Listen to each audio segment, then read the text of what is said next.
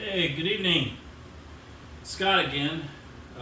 Today's episode, I'm going to go over a stack of playsets that I had got as a kid later in my childhood, just as I was starting to transition into the 3 3/4 inch GI Joes, and still into Star Wars, but I still had a love for Mark's toy soldiers, or just toy soldiers in general.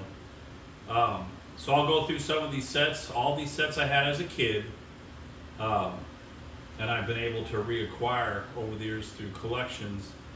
And I still have some of my original stuff in a little container, but you can see where it's still used. So we'll begin. So this would have been a battle for Apache Pass. I had picked this up, oh shoot, I think in '81. Made by HG Toys. And what was kind of peculiar about these is the figures were Airfix recast. These are all still sealed. The Airfix Cowboys, but they were all recast. So, interestingly enough, this was my first introduction to the Airfix figures, were the recast figures through a lot of these sets. But this had like a wagon, plastic wagon, fences, TP, small little, I don't know if you can tell, like a small little cabin, and then a cardboard fort. This actually has never been used, so it's kind of a neat little set. Another set, which was one of my favorites. I know this sounds crazy, but the artwork on these boxes were just phenomenal. Battle of the Bulge set. And the story on this set was, I went over to one of my good buddies' houses during the summer one time, and we were going to play Army Men. And he had, oh man, that light's a little too, let's see if I can, there you go. He had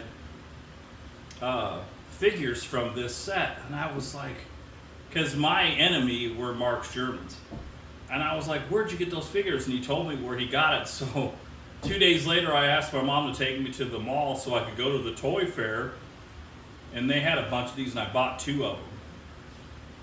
The artwork is just absolutely phenomenal, just beautiful. And these sets were known to either have Airfix German infantry recast, or they would be U.S. Paras, and also I don't know what this set had the mountain troops, German mountain troops, still sealed, a little bag of German infantry in like a gray recast, of course, as I mentioned, and then this was American Airfix infantry recast. The vehicles were all Peyton, so obviously the trucks and the tanks and none of the stuff was up to scale, but it was still perfect. And what I always thought was neat too was the stickers on this little bird are in great shape. This also contained like a cardboard building, barbed wire, etc. There's the one-page instructions. So over the years, between a couple of these sets, and then I had the Battle Force and another set, I had accumulated like 100 of the Airfix German infantry.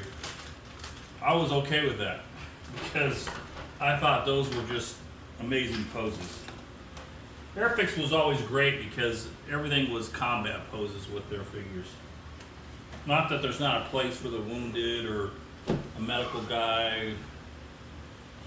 This is by DFC, Dimensions for Children. I had picked this up, and this was my first introduction to the Airfix Africa Corps, because these figures were more a smaller scale. They were more like a 1 in 48, not 54 millimeter. They were just a little bit smaller. But I used these as like German special forces. I just thought they were so neat. The poses were just amazing.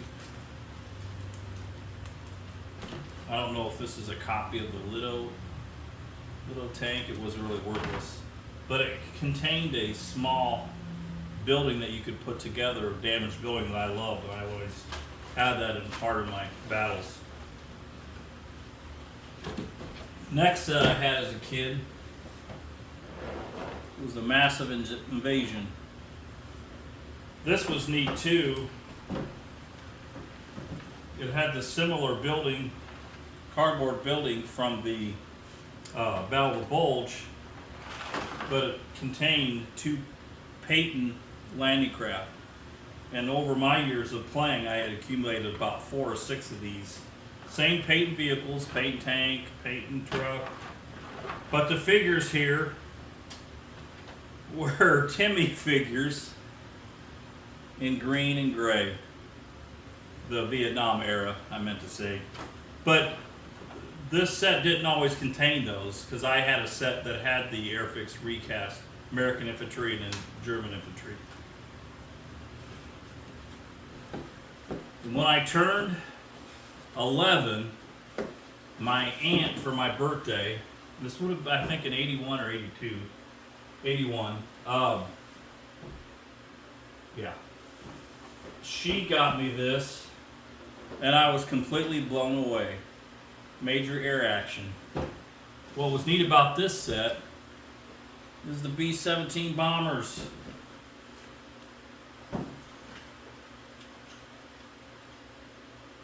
B-17 bomber. Obviously not in scale, but these were amazing. This one hasn't even been completely put together.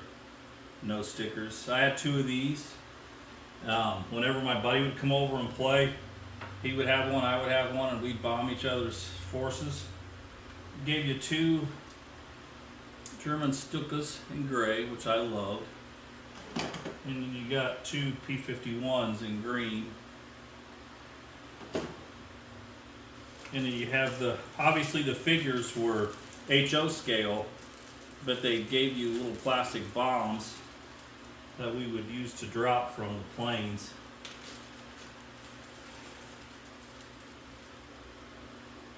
Just neat. And all this stuff was worthless to me. Really small buildings, cardboard buildings. But man, you can't go wrong with these B-17 bombers. Oh my goodness. Gracious. Off the wheels. Colors. That one's busted. I've got a couple extras. This was probably one of my favorite sets growing up. I was really excited when she got me this for my birthday. Couldn't believe it. Play.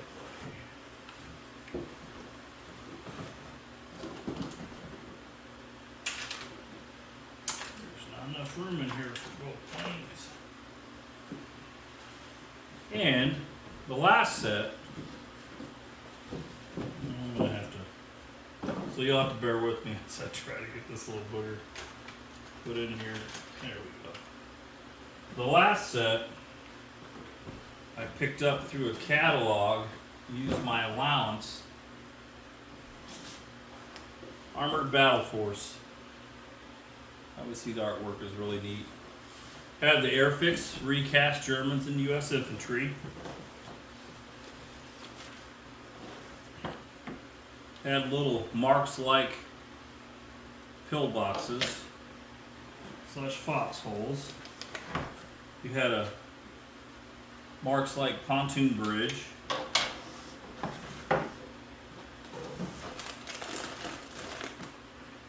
You got 6 or 8 pieces of the barbed wire and brown. Some of these are broke, unused stickers. And then you got one of the Peyton landing craft. And for me, it was all about the figures. There's the vehicle set, Peyton vehicle set in gray and green. Unused. And you got 4 bags of the mixed Airfix recast Germans and U.S. infantry. as I said in my childhood, once I started getting the German infantry, I was in heaven because they fit so well with the Marx Germans. And then when it come to my Navarone sets, oh my goodness. I remember I talked my best friend into let me borrow his Little People Village. And I had it for like a month. And I did not want to let it go because it was so neat having the Little People Village. I turned it into like a burnt out town, like St. Vith or Bastogne. And it worked perfect with everything. I would even have the town similar to like some of the campaigns in Italy, like I'd use Navarone as Mount Cassino, and then the Little People Village was the town before Mount Cassino. These are neat sets. You can find them on eBay. Obviously not always complete, but they weren't. So by late 79, 80, these sets, you didn't really see Mark sets anymore other than like Mego and even the Pack Toys up to 83, but these were the type of sets you would find at a KB Toys and Hobby Shop or a Toy Fair, which was the precursor to the KB. You'd see these sets generally there, and then also in the Christmas catalogs, I've seen this one, I saw the Battle Force, the Armored Battle Force. I think I saw this Massive Invasion I would see in the catalogs. Just like I said, they weren't necessarily comparable to the Marks as far as with the name, but the Airfix recast, they were almost as good as the original. The poses were amazing. The artwork on the boxes was fantastic. The vehicles weren't really the best, but the cannons I would use. But most important, those landing craft were perfect, because to me, growing up, I didn't have anything other than the Marks landing craft, but you obviously couldn't fit a vehicle, just figures. So those Peyton landing craft were perfect. They were always involved in my invasions. This was all before you had CTS, which didn't really hit shelves, and not really shelves, but online on the internet until late 90s. So by that mid to late 90s. So by then, this was perfect for us kids growing up. Hope you enjoyed the video. If you have any questions or just want to say anything, just leave a comment. Thank you.